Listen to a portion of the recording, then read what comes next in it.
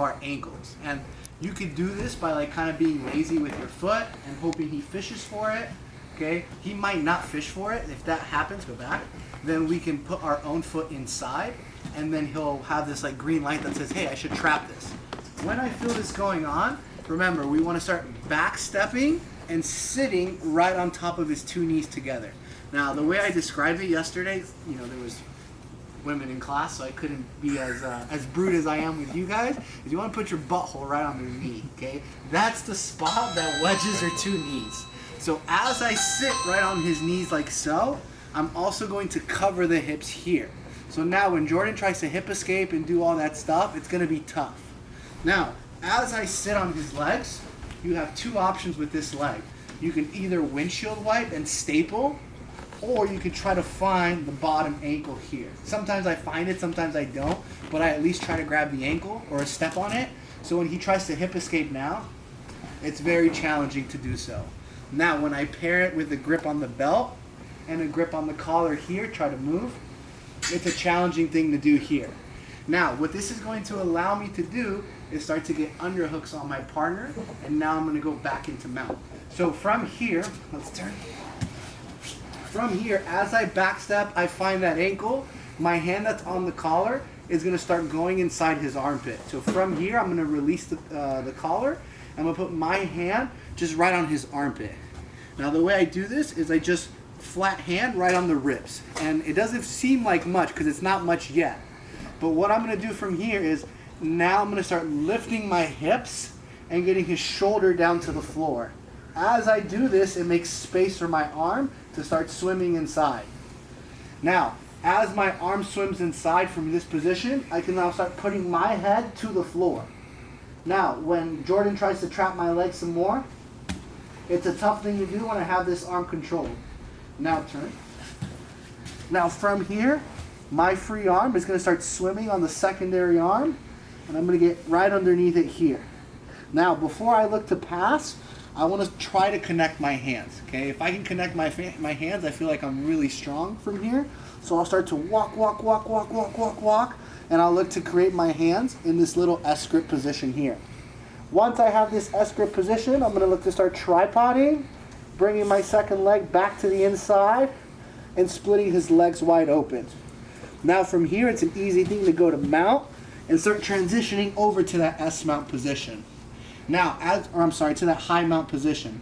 As we get to this high mount position, we want to get his elbows above his head. So I'm just going to shrug by going 1, 2, and capturing his head here.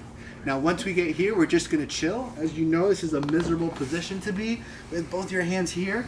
There's not a lot of stuff that Jordan can do from here, and we'll look at some ways that we can get some submissions in a second. Okay, so once again, we started in mount. He's got good elbow position. I can't get to his neck. I'm trying to pin his arms, and I'm just having a hard time. Whenever this happens, we offer up an ankle. This time I'll do my right side. Okay, so I'll put my foot to the inside. I feel him go to trap it. As I do this, I sit right over the legs, and I staple the leg here. As I'm doing this, I'm getting to the collar and the belt, and I'm staying nice and tight. If I can find his ankle, I'll look to stretch his legs.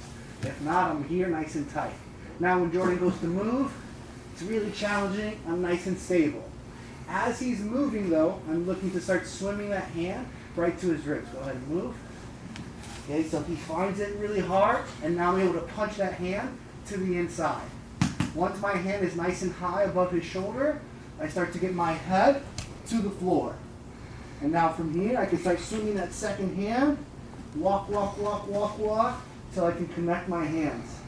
When he goes to move now, it's almost so easy to start opening up his legs, getting to mount, sliding up, shrugging 1, shrugging 2, and connecting his arms together. Now when I connect his arms together, I unlock and I try to grab both triceps here. Okay, if he's still moving around like crazy, he's trying to bridge, we can step on the hips. If not, I can just hang out with my feet on the floor like so.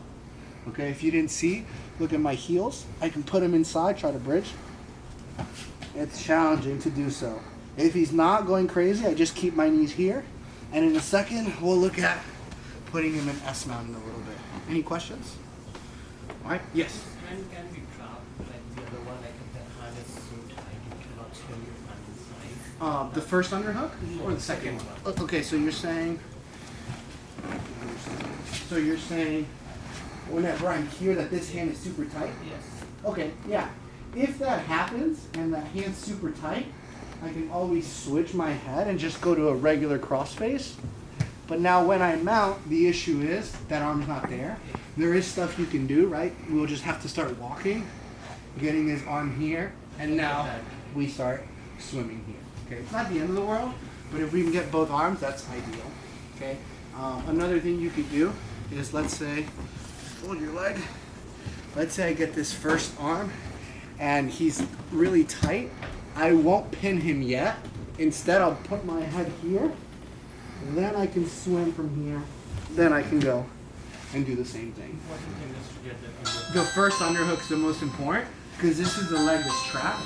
If he can't connect his knee to his elbow, he'll never be able to trap that leg. So this one's more important. You can pass without it, right? Like even if I don't get to his elbow. Yesterday we looked at just using a crossface because if I can turn his head, try to elbow escape, it's almost impossible to elbow escape too. Okay. Makes sense? Cool. Good question. All right, let's get started. 3, 2, 1. All right.